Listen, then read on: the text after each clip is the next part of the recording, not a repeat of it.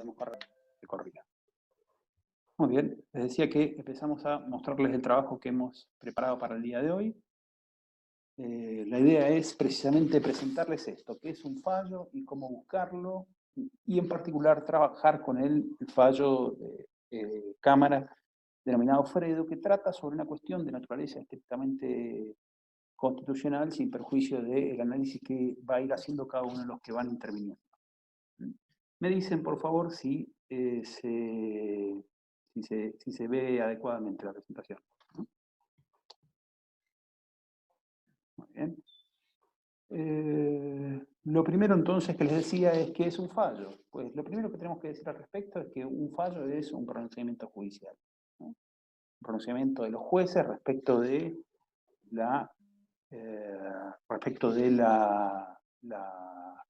de una problemática, ¿no? ¿Y para qué nos sirve? Pues en primer lugar es porque constituye una fuente primordial del derecho constitucional. La jurisprudencia, como una de las fuentes del derecho constitucional, sirve a los fines de, precisamente, poder realizar una serie de elementos que son centrales en el análisis que se efectúa en esta materia. Entonces, en primer punto, es una fuente primordial del derecho constitucional. Nos sirve, dijimos, para aprender a resolver conflictos, porque siempre que estamos en presencia de un fallo de contenido constitucional, lo que hay en juego precisamente son dos derechos restablecidos en la Constitución. De manera tal que el fallo nos enseña a cómo resolver conflictos. Y además nos enseña a razonar jurídicamente, ¿no? ¿Por qué? Porque nos muestra qué estructuras de razonamiento son las que deben utilizarse cuando uno va a la búsqueda de, precisamente, un contenido constitucional y cuál es su alcance, cuáles son los límites, cuáles son los criterios que deben respetar, ¿no? Entonces, dijimos, es una solución que nos permite establecer principios, criterios y demás, ¿no? ¿Cómo busco un fallo? Ahí tenemos la cápsula que les decía, donde van a encontrar desagregada la búsqueda en cada uno de los pasos que tienen que ir siguiendo. Ya está subido el video a YouTube, lo pueden ver. Y ahí les muestro cómo hacer la navegación dentro de cada una de las dos páginas principales. Les decía que hay buscadores jurídicos especializados, como que son pagos, como la ley Microjuris y el DIAL, en fin, hay varios más. Creo que los alumnos de la facultad de la UM tienen acceso a la ley. De todas formas, para aquellos que no lo tienen, hay buscadores gratuitos y lo más relevante aquí es que Google es una gran herramienta de búsqueda, quizás muchas veces mejor que los buscadores, particularmente los gratuitos, ¿no? Los dos grandes buscadores a nivel nacional que tenemos, uno de ellos es el del Poder Judicial de la Nación, que se encuentra en el Centro de Información Judicial. Al respecto,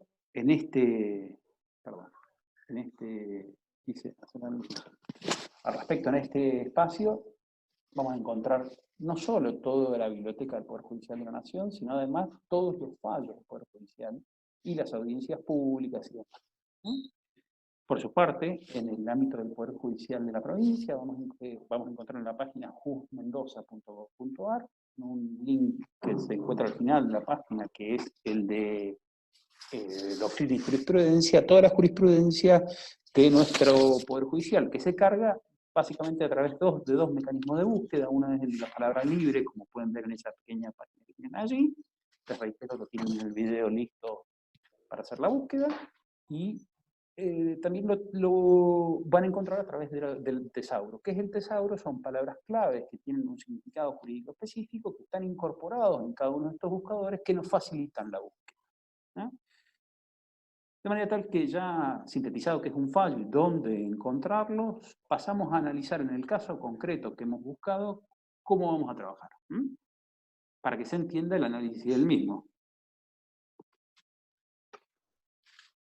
Nacho, te toca a vos. Ahí estoy viendo ahora. ¿Se escucha? ¿Ahora me escuchan? Sí. Sí, bien. Bueno, cuando hacemos la lectura de un fallo, técnicamente tendrían que tener diferentes títulos, diferentes partes.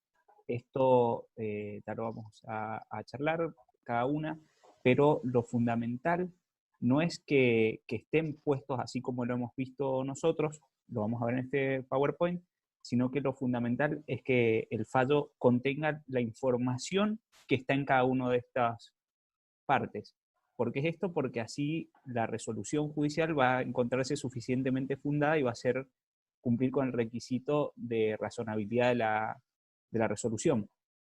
Entonces, tenemos una primera parte que están los autos y vistos. Generalmente, en la primera parte vamos a encontrar fecha y lugar, que nos sirve para saber dónde se dictó un fallo, para contextualizarlo en un tiempo y en un lugar determinado. Además, en esta misma parte vamos a encontrar el número de expediente y la carátula, para saber sobre qué expediente se trata, quiénes son las partes, digamos, y sobre qué trata el juicio, el caso sometido a decisión judicial. Además, en esta parte puede encontrarse una fórmula que nos dice, por ejemplo, son llamados los presentes autos para resolver, o se dictó llamamiento a autos para sentencia. Esta es una fórmula que da lugar a lo que va a venir después, que es el análisis concreto de las circunstancias. Bien, después hay una segunda parte que puede decir resultando, resulta, que generalmente, sí o no, puede estar junto con los considerandos. Los resultandos generalmente son una relación sucinta de hechos que se fueron sucediendo, donde las partes presentaron sus pretensiones y la producción de la prueba para probar los hechos que alegaron las partes. Y esto puede estar separado o junto de las consideraciones, de los considerandos. Esta parte es fundamental en el fallo, porque en estos fallos, en esta parte, en los considerandos, va a estar la motivación del fallo, es decir, por qué el juez va a llegar a una conclusión y va a resolver de una determinada manera. En esta parte el juez va a valorar cada uno de los elementos y va a ajustarlos a derecho, y como les decía anteriormente, acá es fundamental que los considerandos tengan relación con lo resuelto, porque esto es lo que le da congruencia a la sentencia, que es lo que hace que una sentencia sea válida. Por último, vamos a tener el resolutivo, que es donde el juez da las órdenes y pone fin al conflicto, da una solución al conflicto que se planteó a su conocimiento. En esta parte, además, van a encontrar muchas veces en los fallos de primera instancia, sobre todo, regulaciones de honorarios, que se libren oficios a otros lugares. Se pueden estar esto, además de las órdenes del juez y la resolución. Esto puede no encontrarse en este orden, pueden estar configurados de otras formas, pero lo importante es que tengamos toda esta información para saber qué se resolvió. Estuvo fácil. Perfecto. Muy bien. Toca a la doctora Blanca. Bueno, buenas tardes. Como les decía el profesor Muñoz, todos estos datos que ustedes tienen presentes en el fallo deben tenerlos en cuenta al momento de estudiarlos. Pero también deben tener en cuenta una estructura al momento de exponer el fallo en un examen final. Entonces, en el momento del examen final, lo ideal es que ustedes, más allá de estos datos técnicos y de estos puntos técnicos que forman parte, con algunas variaciones, de muchos fallos, ustedes tienen que tener en cuenta determinados aspectos que los tienen que exponer para que la exposición esté completa. Entre esos aspectos, no se tienen que olvidar nunca de la fecha, como bien les decía el profesor Muñoz, para contextualizar históricamente el fallo, y la fecha también es importante porque nos vamos a dar cuenta si el tribunal está cambiando de posición respecto a la que traía hasta entonces, o si sigue con una misma tesitura respecto a un derecho determinado. Si el tribunal cambia de posición a partir de esa decisión, vamos a tener un nuevo precedente, un leading case.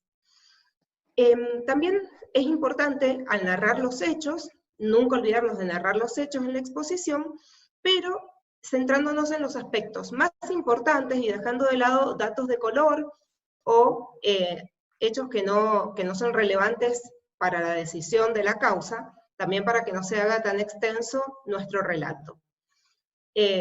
siempre vamos a tener en esos hechos los que plantea el actor y lo que contesta la demandada, aunque en ocasiones no hay una parte demandada, sino solamente un actor que busca una respuesta de la justicia, o una determinación de una situación, como en el caso de la acción declarativa del artículo 3 del Código Procesal Civil y Comercial y Tributario de la provincia de Mendoza.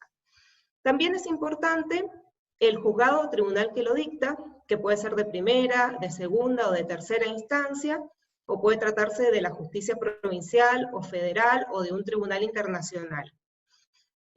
También nos vamos a encontrar con que esta sentencia puede emanar de un juez unipersonal, o sea, de un juzgado unipersonal o de un tribunal, es decir, que va a ser colegiado el cuerpo que dicta la sentencia.